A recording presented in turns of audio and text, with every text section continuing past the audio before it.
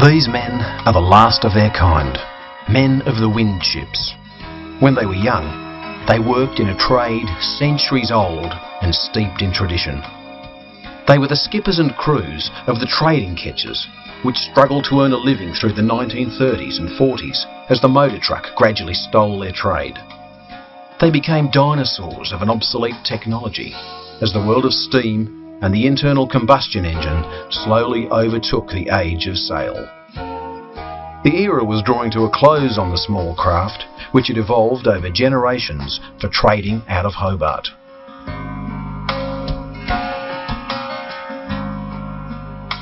I'd just like to explain that I made trading out of Hobart some 25 years ago.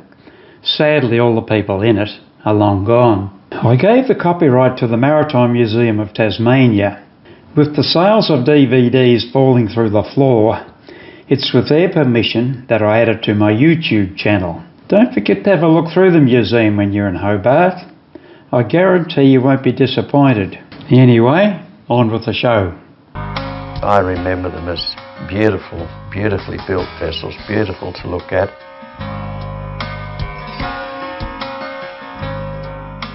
There were 50 of the ketches coming down. There was a little down breeze. They were all goose wing with a bone in the teeth, and they were just fairly flying. I've seen 10 to 12, but never 50. There was a race around them old skippers. If you never learned off them, well, you wouldn't learn off anyone.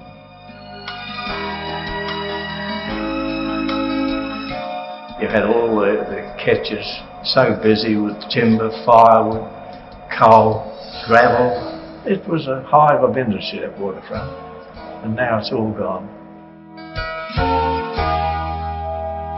These men sailed the small ships which kept the coastal communities alive, carrying passengers and freight in the early days. The rugged hill country, fronting the shores to the south and east of Hobart, made land transport by bullock and horse teams extremely difficult. Being blessed with large expanses of sheltered waterways ensured that the sea was by far the most economical form of transport. Little sailing ketches and cutters, powered only by the wind and human ingenuity, were the lifeblood of the early settlements. Each little port had its regular traders, which became as well known as if they were part of the family. A few vessels were owned by businessmen, but the majority were skippered by their owners. It was a time when seamen formed a significant section of society. During the early years of settlement, the small craft were designed on the type of coastal vessels the shipwrights had been familiar with on the exposed coasts of Mother England. Most of these were only 15 or 16 metres in length. They were deep-drafted vessels, which made them very seaworthy and capable of carrying a good payload. Because of the many shallow bays, rivers and estuaries to the south and east of Hobart, it was soon found that these craft with their deep draft had limitations, and that a shallower type would have considerable advantages. The first of the shallower types to be built is believed to have been the Huon Pine, measuring 22 tons and built at Port Davey in 1839 for Lady Jane Franklin. All the evidence suggests that the Huon Pine was built on the lines of sailing barges of southeast England. These vessels had evolved to trade on the shallow waters of the Thames and Medway estuaries, where carrying capacity and shallow draft were of paramount importance. They were built shallow to get out over the bar in places like Southport Bar and up the river in Dover, and also a lot of the jetties up the Huon. The water was reasonably shallow. Some places there was plenty of water, but other places there was, as you went up towards Franklin and up that way towards Ewanville, they weren't so deep, and they only built them one pile off the jetty, just say 20 feet off the jetty, whatever. They had beams to reach out for the first piles, and that you didn't want them too deep because when you loaded you couldn't get in there. That was the reason why a lot of them were shallow. Like their English counterparts, the first of the Tasmanian barges were fitted with lee boards, which were designed to reduce drift to leeward when under sail.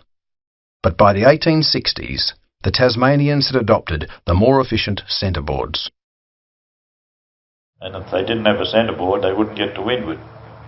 See, the centreboard was to stop, used to go down underneath and through the centre case. Otherwise, they wouldn't be able to stay. You wouldn't be able to come round on the other tack because they'd have nothing to spin on. You see, they'd just sort of fall away.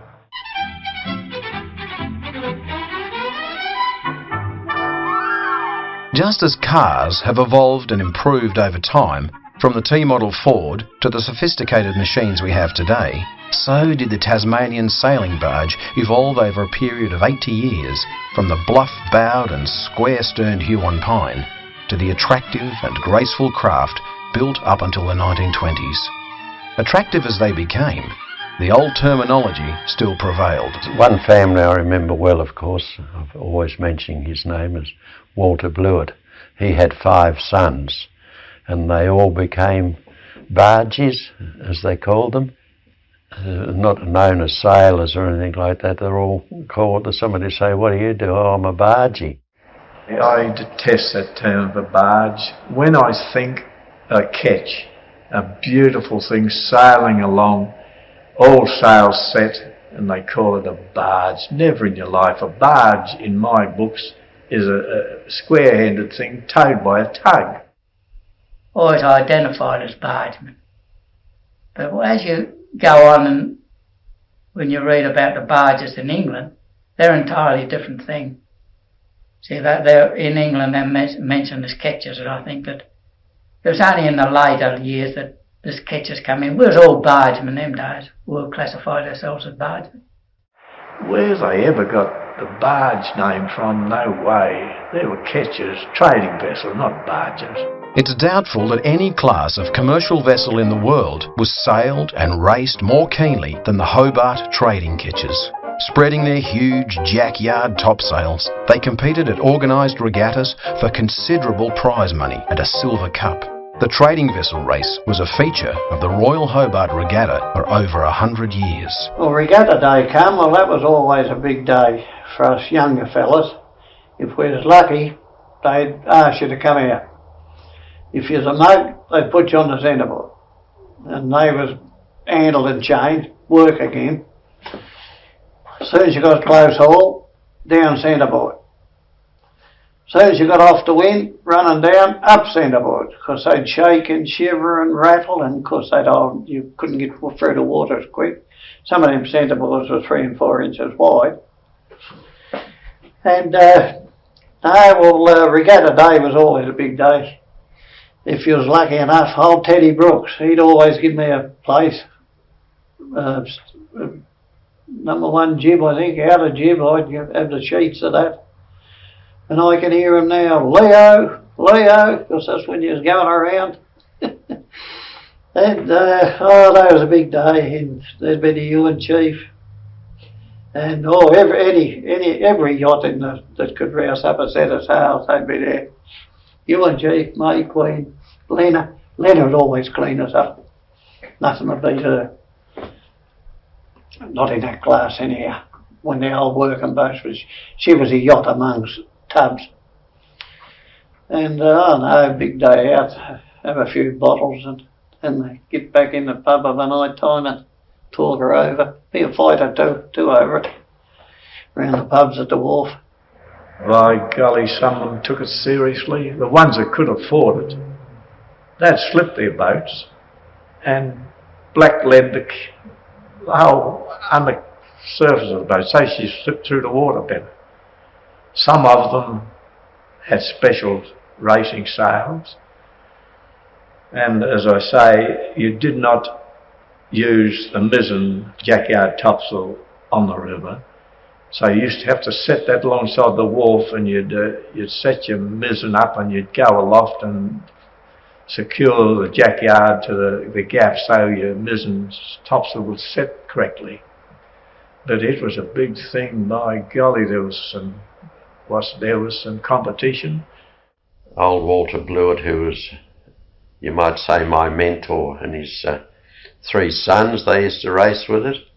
And old Walter Blewett was a great ketch helmsman, and we were virtually handicapped out of it when old Walter was at the wheel, so he said he'd sit behind and let Dad sail it. But on the slip we'd be cleaned right down, and these Blewett boys would lie on their backs on planks underneath the hull, and they used to polish her with stove black lead, and on their backs. It was a terrible job, but they were used to all this dust and that because they were worked the burn ganner, and the boat had coal flying everywhere, and the propeller would be taken off, and in the aperture they'd do it over with sheet metal so there was no fuss up against the rudder, and then any rough spots where we perhaps hit the bottom somewhere, that'd all be cleaned up. And the following day after the black lead dried, before she went back in the water, it was polished by hand. It's a shame there were never any photos taken of it. But and then we'd put her in the water, and then Dad wasn't a rich man. He just had these two Chapara silk topsails. All the other sails, if one of Dad's wasn't too good, he'd borrow it from a fishing boat or another ketch that wasn't in the races. Unlike the boats owned by Jones and Co. and some of the richer ones of the industry, they had racing sails. We never won a regatta, or certainly were never first across the line, but there was always great competition. But the preparation, with all the sails would be put on, the ones that were borrowed and stretched out on the gaff and the boom, and then the topsail yards with the topsails would go aloft, and that was where I was in my element when I was 14, because as a kid of 10 I was always up in the rigging all over the place, and nobody seemed to worry those days, no harnesses like we have today. And then when the day had come, all these ketches would be lying at the outside piers, possibly a sea breeze, and they'd all be lying southeast to the in breeze. Of course, with no propellers on, they sailed beautifully. Never ever saw anybody get a tow out. They'd just put the gear on and stand away and tack out of Sullivan's Cove. Pretty to watch. It's a glorious sight. The Lena was just more or less a bit too good for the Terralina, especially if it was a good hard breeze. But a lot of days he'd beat the Lena, just if they got their right day. And of course, they'd be all talk the days before. Now you're getting on, you got your sails ready and all the rest of it. And Uncle Jack bought a Chapara silk set of sails for the Terralina. She was the only one that had suit of sails like that. Just to put them on for racing only. But no matter who won after the race, they was real loggerheads. Because one beat the other, you see. He did this wrong or he did that wrong, or the other one was unlucky and he went the wrong way and he should have went a bit further on another tack and all this sort of thing. But they wouldn't discuss that. They just, no, he did it and that was it. They wouldn't speak for perhaps a week or a fortnight after. But there was fair dinkum because the prize was $50, £50, and that £50 would buy a new suit of sails for any of the barges. And it was a great spectacle from ashore. I remember I used to talk to the old hands or hear them talking about all the country folk where these ketches ran to. They'd come up and they'd bet on their local vessel and around the grandstand and that sort of thing. And Walter Blewett told me one time that there was, back in the early part of the century, there was some duke or some lord came out here, and he came out by ship, and he happened to be here on regatta day, and he was, this is when about 20 or 30 used to race, and when he walked on the regatta ground with his minders, he said, my word, I didn't think there were so many rich people in Tasmania, all these lovely yachts. There used to be a terrible lot of people used to go to Hobart Regatta just to watch the barges, because they were a very good sight out on the water. You can tell by any of the photos that anybody's got round about how nice they looked. And the yachts come on the scene and that sort of thing. They were quite nice too for any of the yachtsmen that was, but the barge people, or barge as we call ourselves, we was only interested in barges. There was a lot more work in sailing them because they had a lot more sails. So most yachts only had 2 and 3 sails, some had 4 with a little topsail. But the barges, you see, they had 6 sails, and they all had to be handled separately.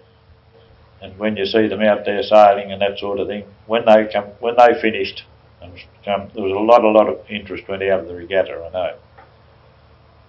But well, we still got pictures of them, and they are worth seeing. Well, as far as the sails are concerned, you didn't have a mizzen topsail because you didn't have enough crew to work that. You only used a mizzen topsail on regatta days. And the difficulty was with some of the vessels here, they had special sails for racing, duck sails, whereas most of the other ketchers just used their working suit for regattas, and you were at a disadvantage there. It was like a man with hobnail boots and a fellow with spikes. It made such a difference. The Lena and the Terralina especially, they always had special suits, sails for racing. But as far as the topsails, well, outside the regatta days, you never see a lot of topsails. Old Waddy Richard and the glass and the barometer had to be about 30, 60 before he put one on. And then if it was a puff of wind, he'd have it wanted off again. It was up twice, I remember, one day across Simpson's Bay. Georgie Bennett, he was there two-handed, and we had him on and off twice going across Simpson Bay inside the channel there. That was Elliot, tack, sheet. Let them go up, pull them down, old jackyard come down, furl them up, tie them against the bloody hounds of the mast, and top of the rig, and then I'll have them on again. I used to hate the sound of it, but regatta days, they was all topsail mad. In those times, if you won the regatta, you got the cock, the golden cock you put on the top of your mast. Oh, that was the same as the river steamers. Our cartel had the cock of the river there for many years. But to get that cock up on top of the mast was something, there was a lot of competition. There was something about the Hobart regatta, the Langfords would be there, and the Purdens and the Blewitts and the bloody Teddy Brooks. He'd been there, he'd flatten a couple that night, old Teddy. Had hands on him like that screen there. And he wasn't frightened of a 6-ounce beer either. But there'd be blues and fights and arguments and that. And the Larrys would be there and the Blewitts, they'd all fighting in. Yeah. 7 or 8 barges tearing around, all hollering and hooting at one another and going on. And see a hot bottle fly over the side. Empty, of course.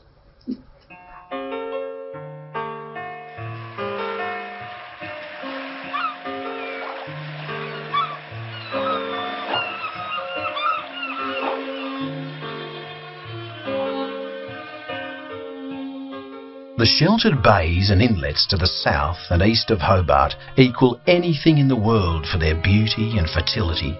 Originally, the whole shoreline to the south was thickly wooded, mostly with huge eucalypts, which provided what must have seemed to the early settlers as an endless supply of timber for ship and house building.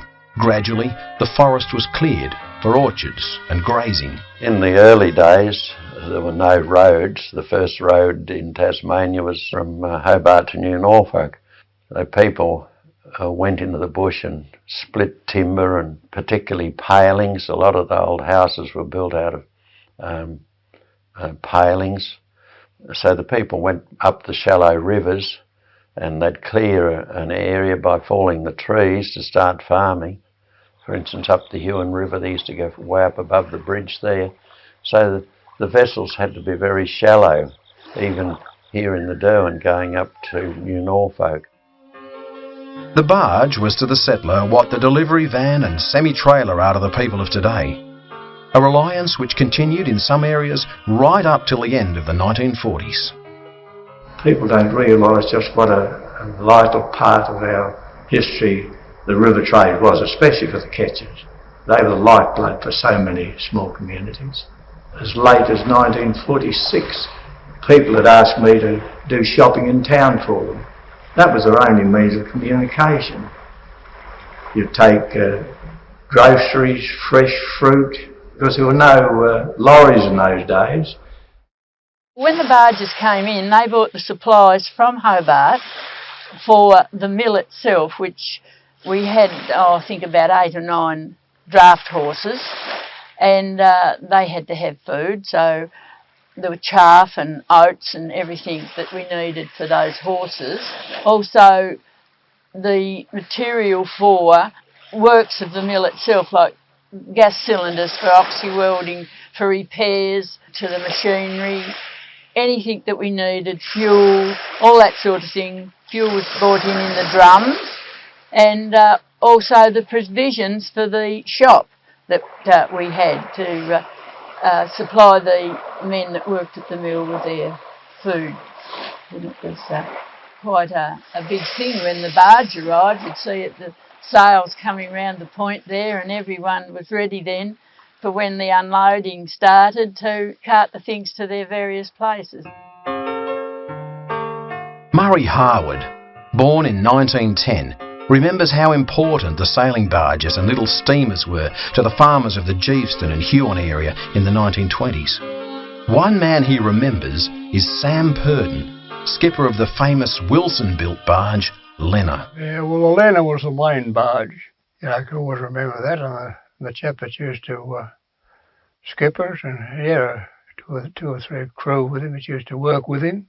Dad went to town and he done a bit of shopping. And he went to a second-hand shop and he bought one of those old rocking chairs. That's come down on the barge. I was round there to meet. I had to get some chaff and some other things. And it was a drizzly sort of a day.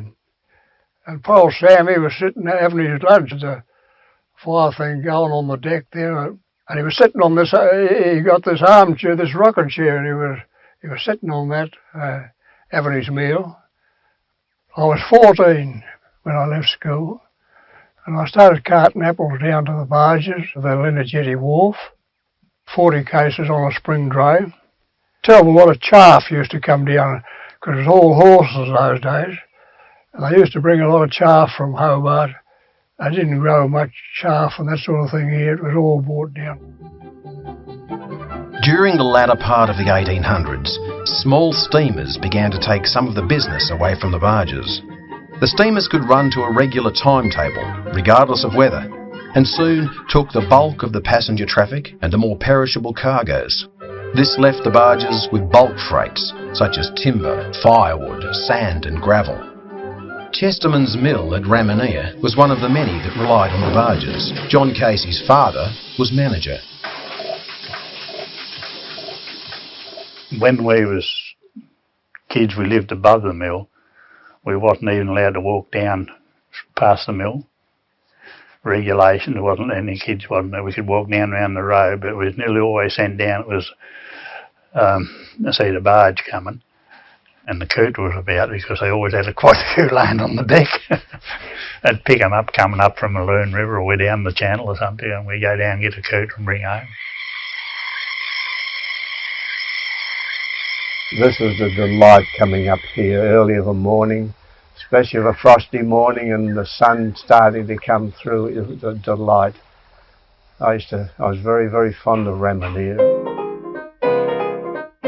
The timber was all tallied, and whatever was taken, and it was generally what they call market timber, was from a 2x1 to a 4x2. They'd always load the whole of the boat with the small stuff, because it was all manhandle. When they got down to the big stuff, it was all winched on the deck. And when she was loaded, the deck was almost level with the water, till she went out in the channel into the sea, and she'd rise 6 inches and just to Hobart, 6 hours run. As well as freighting timber to Hobart, the barges were frequently employed lightering timber to larger ships for export to the mainland. There was skill in getting the maximum amount of timber into a hold and ensuring that it was stowed properly.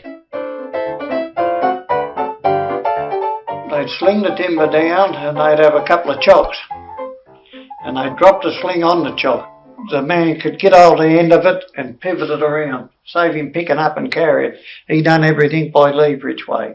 And he'd leave it around and he'd get his foot in, then he worked it out to, it was no use keeping a 24 long piece of 4x2 to try and fit in a 12-foot length hole at the top.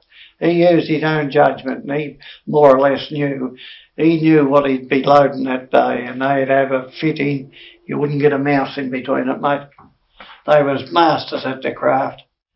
We used to cart a lot of timber from Ramanuja.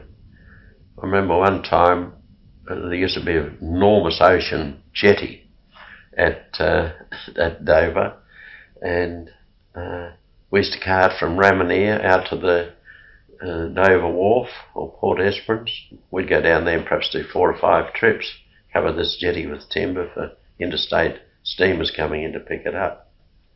I'd always be on the wharf to load, and my dad carried a lot of little trestles on board, and I'd just slide one end of the timber, it was heavy, long timber, over the trestles and poke the end down to Dad in the hole, and then he'd take it over from there and shoot it right in.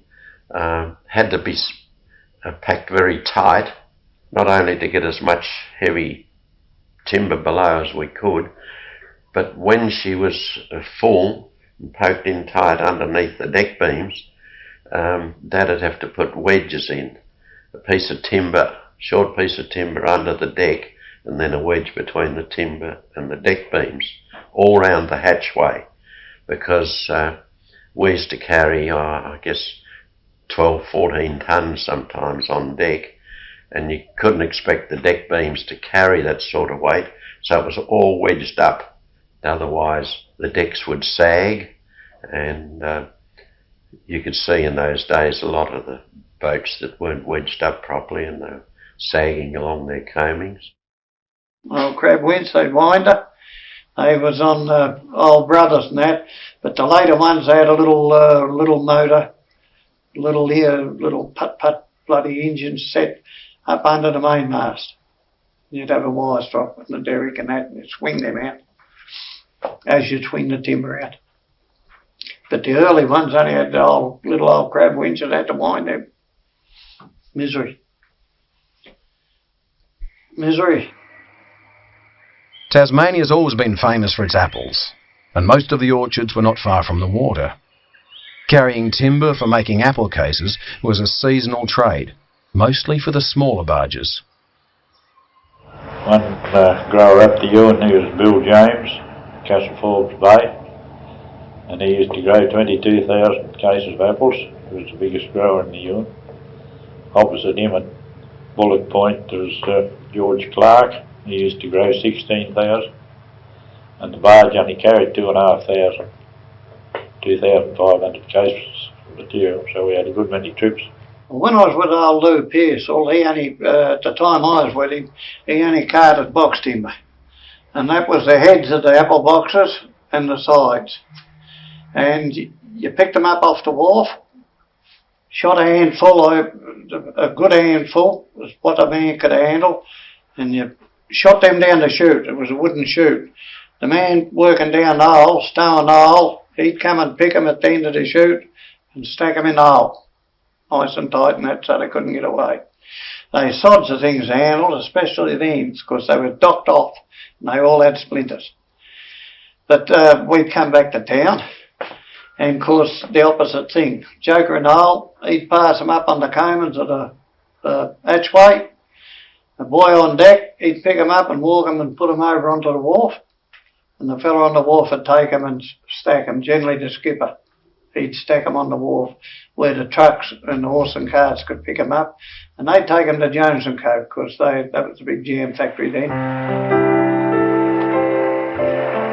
Timber was not the only building material freighted to Hobart. Sand and gravel were also needed for concrete work. Sand, down to Southport, shoot her in, shovel her off the wharf. That was the easiest part of it, if there was an easy part. And of course, back to town, shovel her into bloody bucket, on your hands and knees to finish up underneath the deck. You had to get around that and winch her. You had to get around that and winch her off onto a Wilson cart or an old lorry on the wharf. There was two different types of sand. There was pit sand, what you'd get out the pits, and that was a lot heavier than the beach sand. The beach sand wasn't as heavy. So he used to get paid by the yard. So the more he could jam in, 40 yards, that'd give you about 44 tonne. The sand, terrible thing, mate.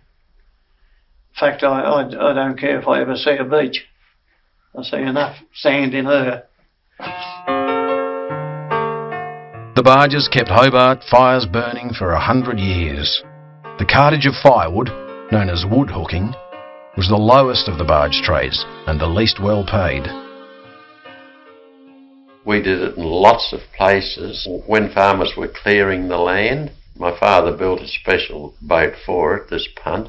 Up at Triabunna, a fellow up there was clearing his land, and he used to cart a ton of firewood out with his horse, who'd come out and hard sand, the wheels wouldn't sink, and the horse would stand in the water up to his belly, and I'd come in alongside with the punt and tie up to one of the wheels, and he'd pass it down to me, and then I'd row it out on board, or scull rather. There was no room to row, just scull over the stern with one oar, tie up alongside, and then I'd pass it up over the rail, and Dad used to be on board all the time stowing it below, and he used to take a lot of time to do it because he used to fill up every little crack he could, because airspace was no good to you down below. You wanted weight there.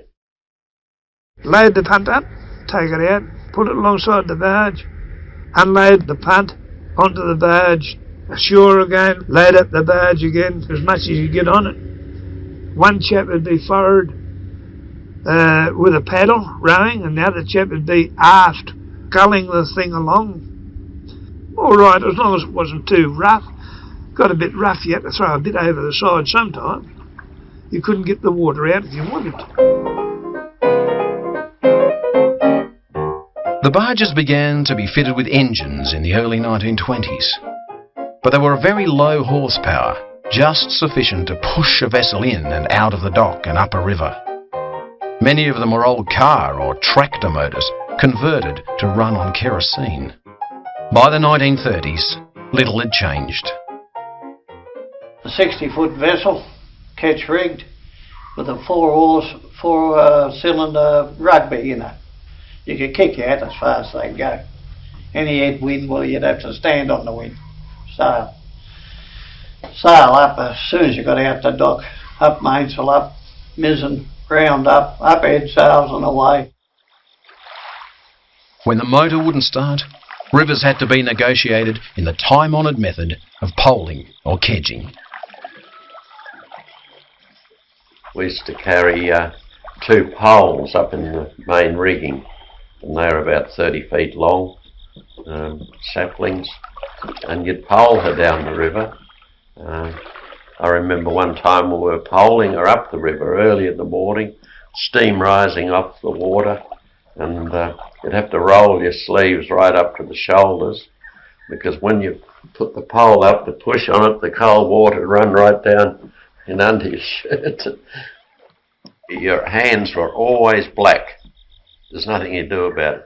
So handling the timber with the sap in it and touch a piece of iron, your hands would go black. You'd always tell the man in a trading ketch by his black hands, and it'd take a month to wear off after you'd given up the game. Couldn't afford gloves, and somebody called you a sissy if you had gloves on anyway.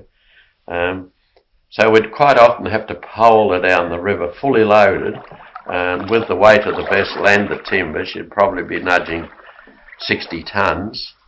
And fortunately at Ramaneer, it was the silt wasn't very thick, and your pole wouldn't go down through the silt.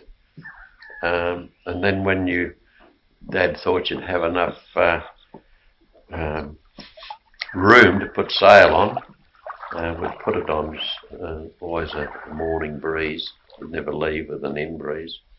And away you'd go. And they'd push them up. But bloody things get stuck in the mud and you'd be stuck to that. But the other ones, I have seen them. I've never actually done it myself. I've seen the Langford boys and the Blewitts. They'd run a kedge out on a say 100 fathom line. They'd run a light kedge out and drop it, and they'd warp her up, pull her up. But towards the end, the Chestermans, they had a little motorboat thing. They'd come down, they'd hook onto the old May Queen, give her a lug up, spin her around, always load one way and around the other.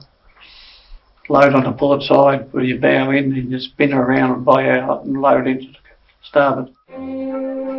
Even when the motors were in running condition, passage making was still done under sail, employing skills passed down through the generations. The barges from Hobart used to come down with a morning breeze down the Ewan, down the channel every morning, and they'd get away early and have the morning breeze used to draw down the Ewan, what we used to come down with if we were up that way. The ones in Hobart they'd go down and they'd go back in the afternoon with a sea breeze the next day. And didn't use their engines much because they couldn't afford the petrol.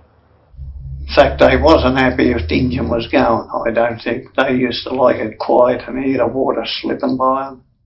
Well, if you got a fair wind, a nice, comfortable run, I don't think there's anything better. To be going along with all sails set and steering so easily and no sound, no noisy thumping of an engine or things like that. It was a delight. Sometimes in the Everline May, we'd have to bring a load up here to Kettering or somewhere like that, or to Oyster Cove, Woodbridge, with a box timber. And it used to be only Dad and I go back to Simpson's on our own. And that's where he used to give me a bit of training. I didn't know he was doing it then, but he used to say, now you can take the wheel, and there's a nice little breeze, what do you reckon we ought to set? Oh, well, we'll set the mainsail and head sails or mizzen and jib or whatever we thought, you know. And he'd say, yes, well, that's all right, but you reckon we can carry any more? I'd say, oh, yeah, we probably can, but there's only the two of us here if we got to get it off, if it gets any harder.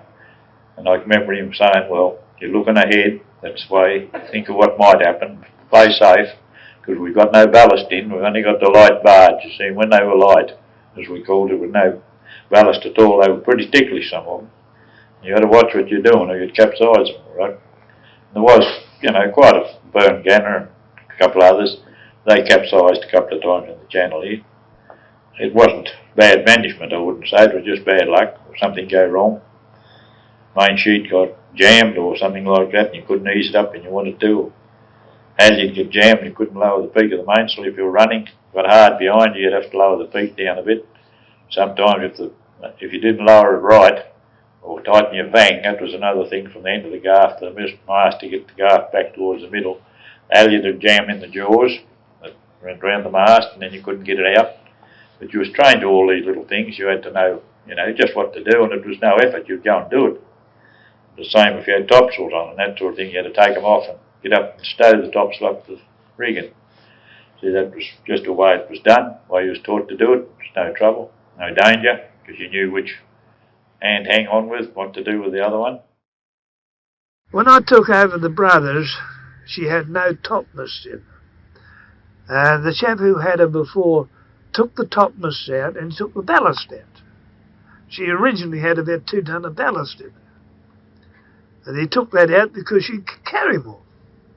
And silly me, I was young and stupid, and so I put the topmast back in, but I didn't put the ballast in.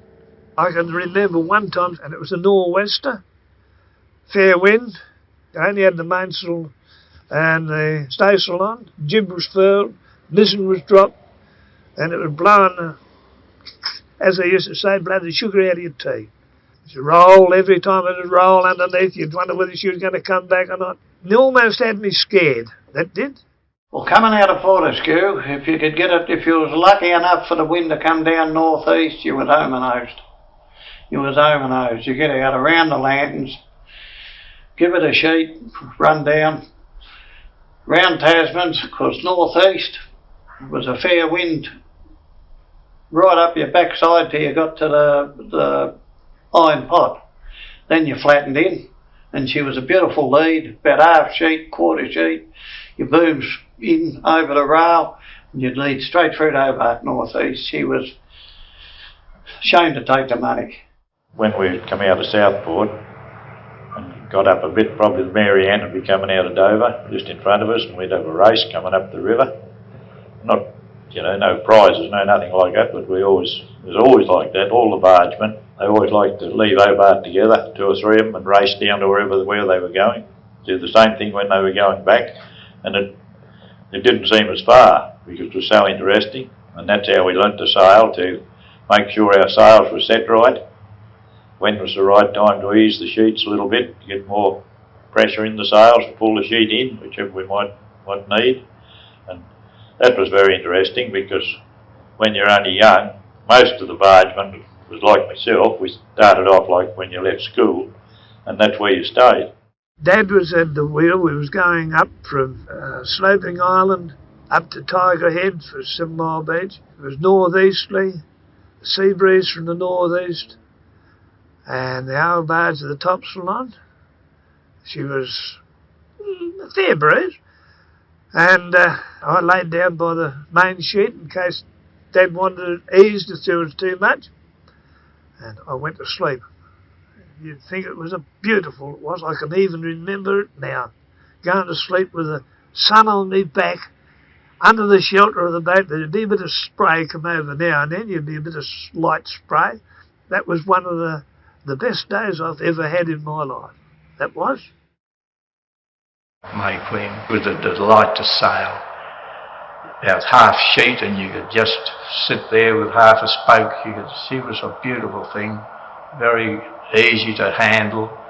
She was a good cargo carrier, so easy to stow. No, she was a delight. I think the Queen was one of the best little catches out of Hobart. I honestly think that. While living conditions ashore had improved gradually between the 1830s and the 1930s, life aboard the barge had barely altered. It remained rough and primitive. You had a fire pot. Quite often it was about half of a 44-gallon drum. They'd punch a few holes in the side with a cold chisel, fill her up with sand about that far up and a couple of bars across it. And on the deck they'd either have an old bit of rubber mat or an old bit of galvanised iron punched out flat, then about 3 short pieces of railway iron to keep her well up off the deck, let a bit of water so she didn't burn the deck. And the facilities, the implements, had to be a pot or 2, a billy can and a frying pan. That was it. We used to carry a 40-gallon water tank on deck up forward near the mainmast, with it was just the same as a large tank, just the top in it, and we used to bail the water out with an enamel mug and fill the billy up from there, then carry it aft to boil it on the fire pot. We used to fry fish and all sorts of things. We'd cook meat and we'd always have vegetables. We did all right. And if we didn't have anything here, you'd always pick it up down south, you didn't run out of food. My mother would always cook a leg of lamb for us, and she'd bake bread for us, and we had a tucker box on deck. Mum would always put the cooked meat in a clean sugar bag, and Dad'd hang it up in the rigging, but occasionally it used to get blown and put it back in the box, and all of a sudden little maggots would appear on this meat, and Dad'd never throw it away. It was never a worry to him because he got used to it when he was a bushman. I used to be horrified when you'd see him cut them off and throw them away, but when you think about it, I guess they were clean and they were alive. You had a fair idea how you was going to live that trip when just before you let the lines go. The skipper, they'd say, I'm going over to get the stores. You only had to watch him come back. You'd see a little parcel of meat under his arm, no bigger than a football. Maybe sausages, probably a bit of black pudding. Oh, Waddy Richardson, by Jesus, you had to sit pretty close by that tow line. If you could catch a cooter or two, well, she was a bonus, mate. Get a few mutton birds. In the mutton bird season, it was. I'm afraid there was no limit on mutton birds at that time. Nobody worried about it. You'd have mutton birds for dinner, breakfast, dinner and tea then. Very good. It's very tasty, the mutton. Scun, never plucked. They weren't, to my taste, they weren't any good plucked. All had to be scun, take the fat off, and they were very nice. Or you'd go set a net and catch some fish. I've seen us held up in the Isles in Bass Strait there, and in those times you were allowed to go ashore and kill a sheep, but you had to leave the skin. So quite often we'd knock a sheep off in Bass Strait, you'd be held up, for days and days there. It'd blow hard of a day and harder of a night. Didn't matter where you were, it was always eat in the open. Rain, hail or sunshine. When you're sailing in wet weather like that, you try and keep the fire pot going. I remember some of the really old hands, they look as though they'd been smoked because the smoke kept them warm. We didn't have wet weather gear like they've got today. Any old farmer's coats you could grab or old military coats. You're a rich man if you could afford a proper oilskin. We didn't have any wet weather gear at all. There was no oilskins aboard the boat. We had no gumboots, nothing. Thigh boots or gumboots, nothing. We didn't have any sou'westers. Didn't have any protective clothing at all. Gloves? No. Didn't have any gloves. It was all done with just your bare hand. It rained, you just kept on working. You couldn't afford to stop, knock off. Not if it was real heavy, you knock off, go down the cabin for a while and then come up and start again. If it was just light rain, you wouldn't even worry about it.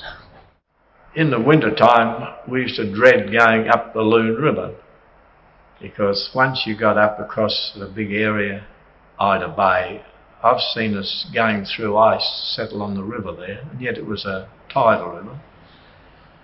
You get up to the sawmill, and there it'd be a big stack of timber and be frozen stiff.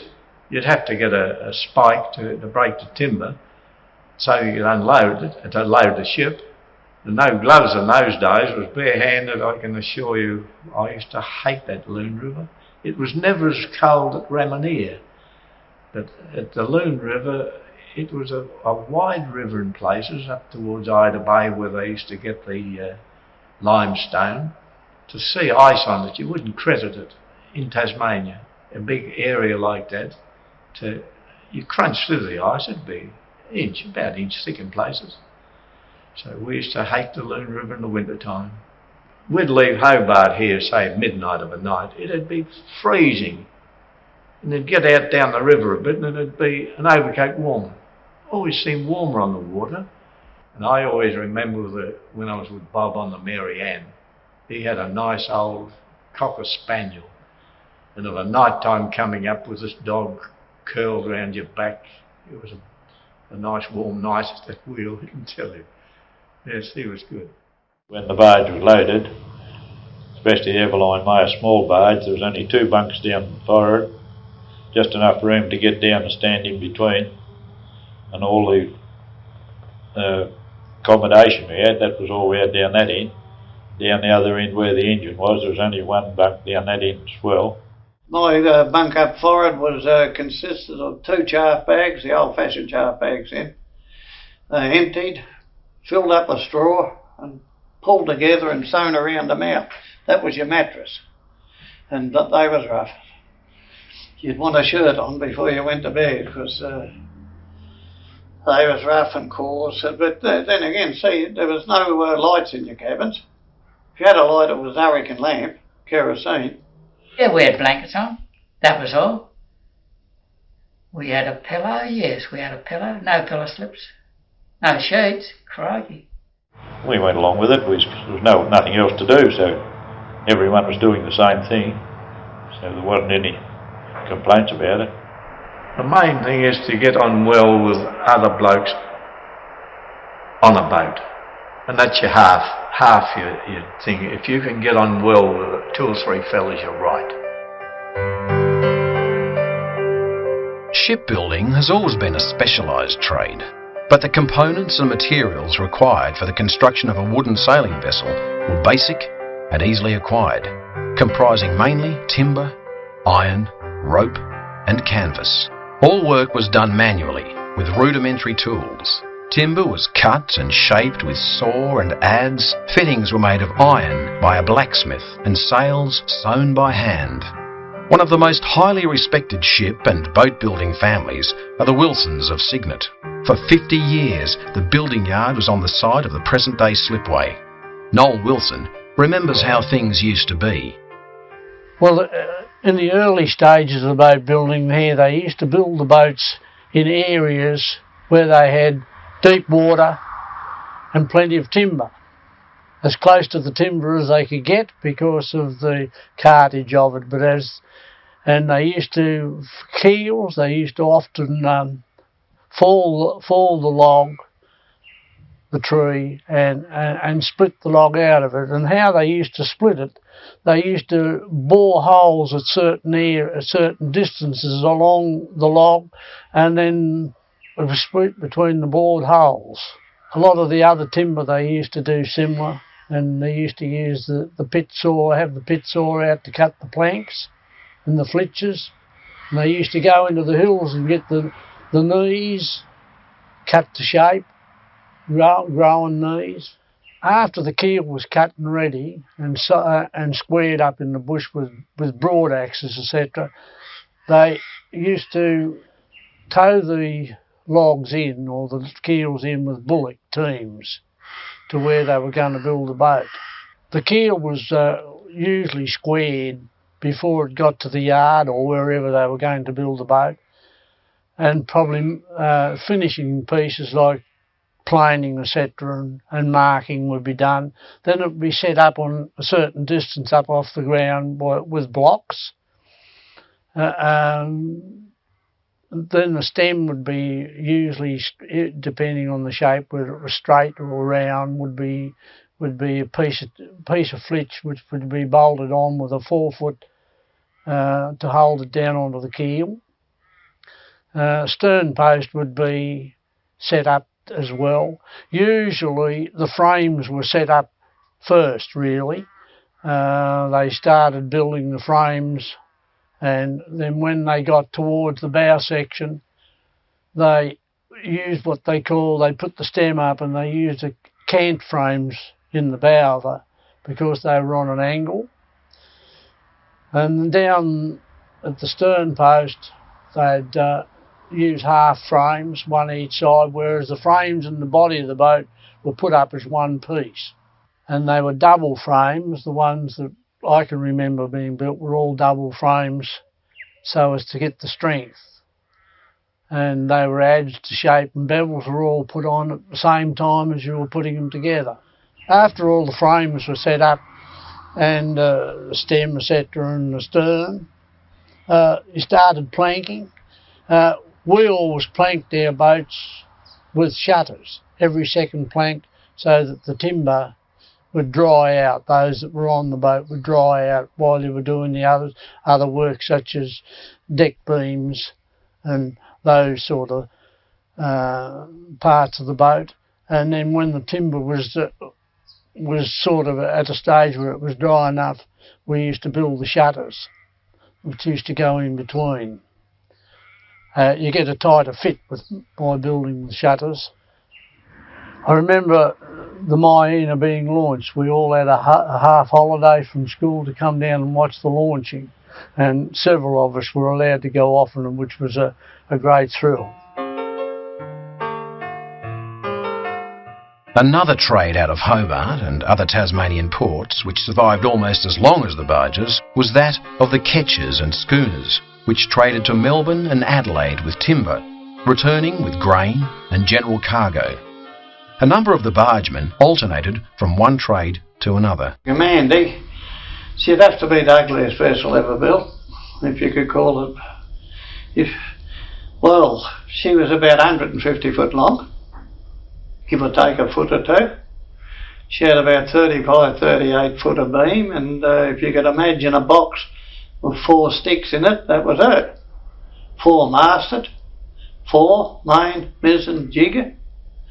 Before my time she used to be Garth Rig, but I think they took her to Melbourne, and by the time I was in her she's Marconi, a lot easier. But oh boy, would she carry a dollop. I think she carried about 300,000 feet of timber. Did she carry a dollop? And if you could get about 3 knots out of her, you was lucky. You could put yourself down to 6 weeks for a trip in her. Port Adelaide, unload your timber across the Gulf there, Port Vincent is it? You'd load with wheat there. They'd bring her down to wheat and they'd send 2 or 3 men with her with the load, and by Jesus they could handle wheat. And they'd get her off whatever they brought her down, horse and carts or bloody old flat tray A model Fords or something. And they'd bring her in, but down the hole, they wasn't much good down the hole. Our boys could, when they had to get them and chuck these bags up in corners and that. These South Australian jokers, they was all right getting her off the truck on their shoulders and that, but oh, she was a sort of a job. Load up with wheat and back here, £6 a month. Later on they tell me some of the boys got £10 a month, but you just 6 weeks, any headwind at all, it was shocking. Coming back, if you could get around Bank Strait around Swan Island and pick up Northwester, you could say you'd be in Hobart with the next day or the day after. She'd gallop down there, as you'd say, gallop. About 5 knots, flat to the boards. Every sail drawing, fore, main, mizzen, jigger, all drawing. Bloody old whacker going away there, and you she was no aeroplane. My uncle was skipper at an end, Darcy Driscoll.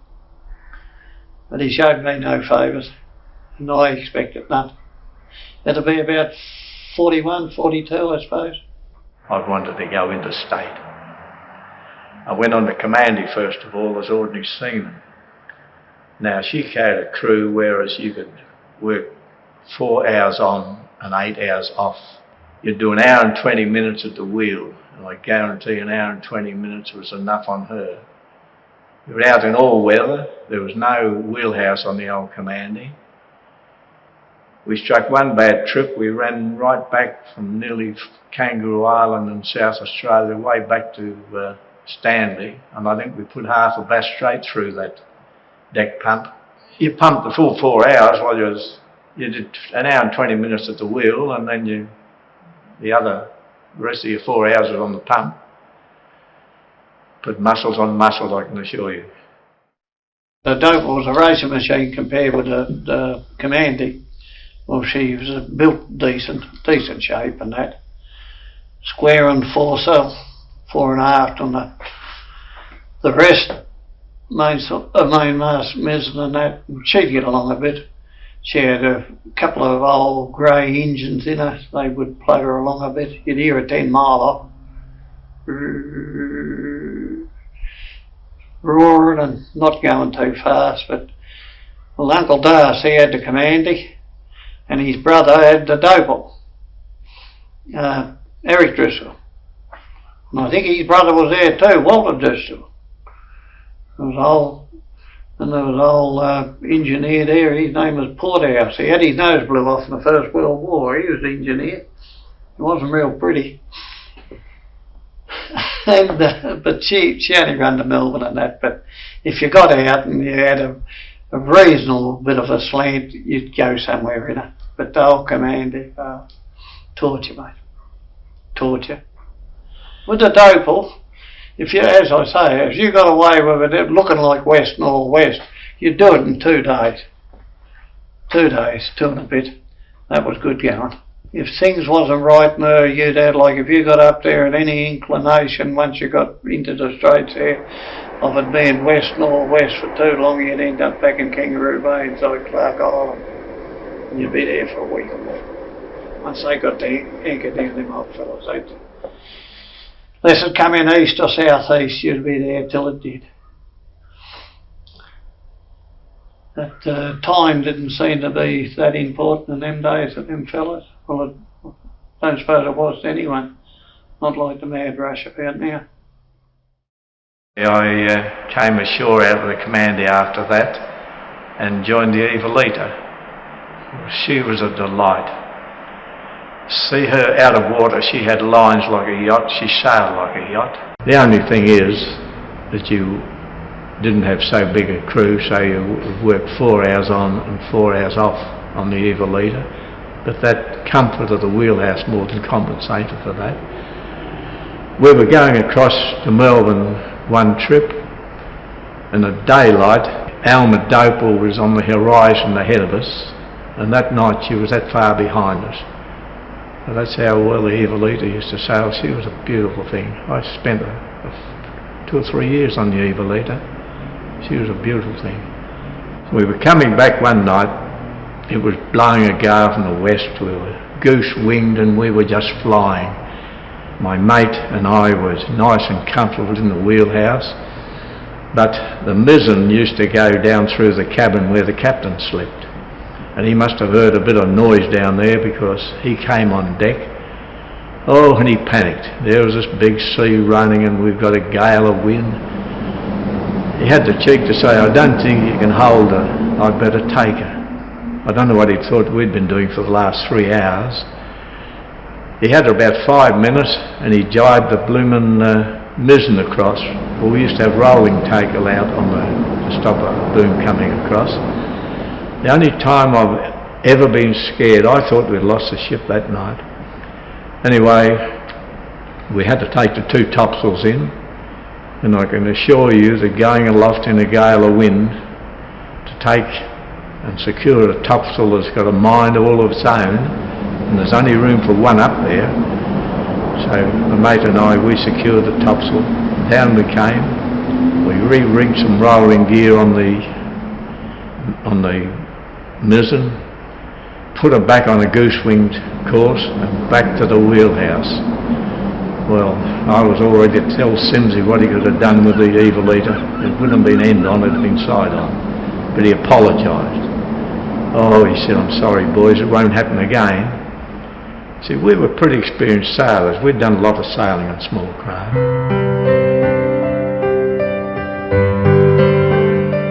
The people interviewed for this program speak of their own experiences gained when trade was at its lowest ebb economically. Roads were improving and motor trucks were providing stiff competition.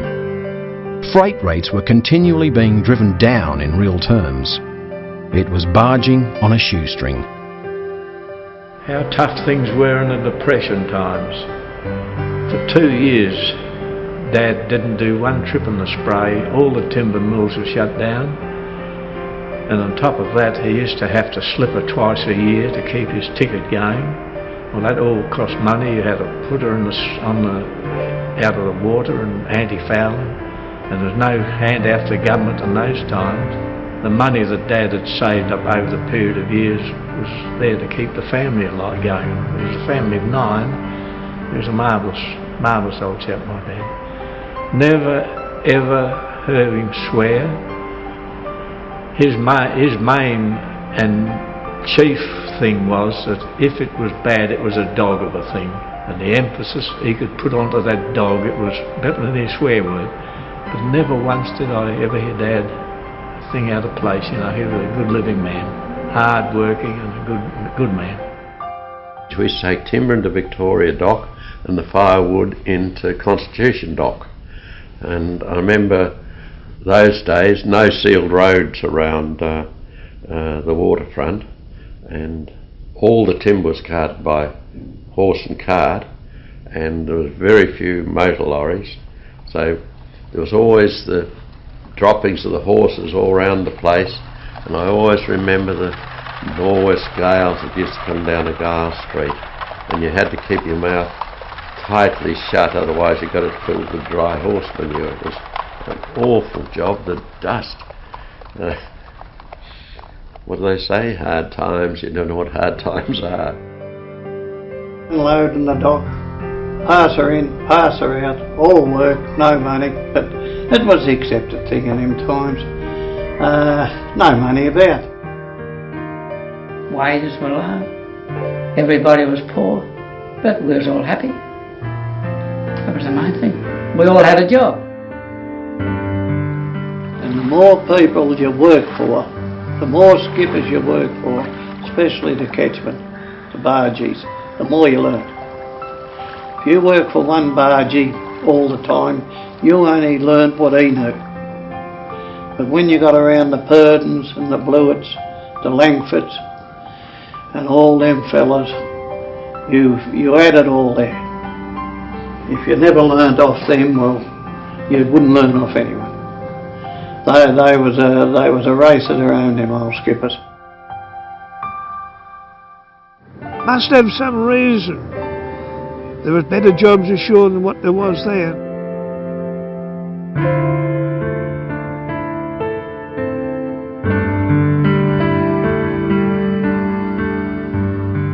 Of course I would. I'd love to go back.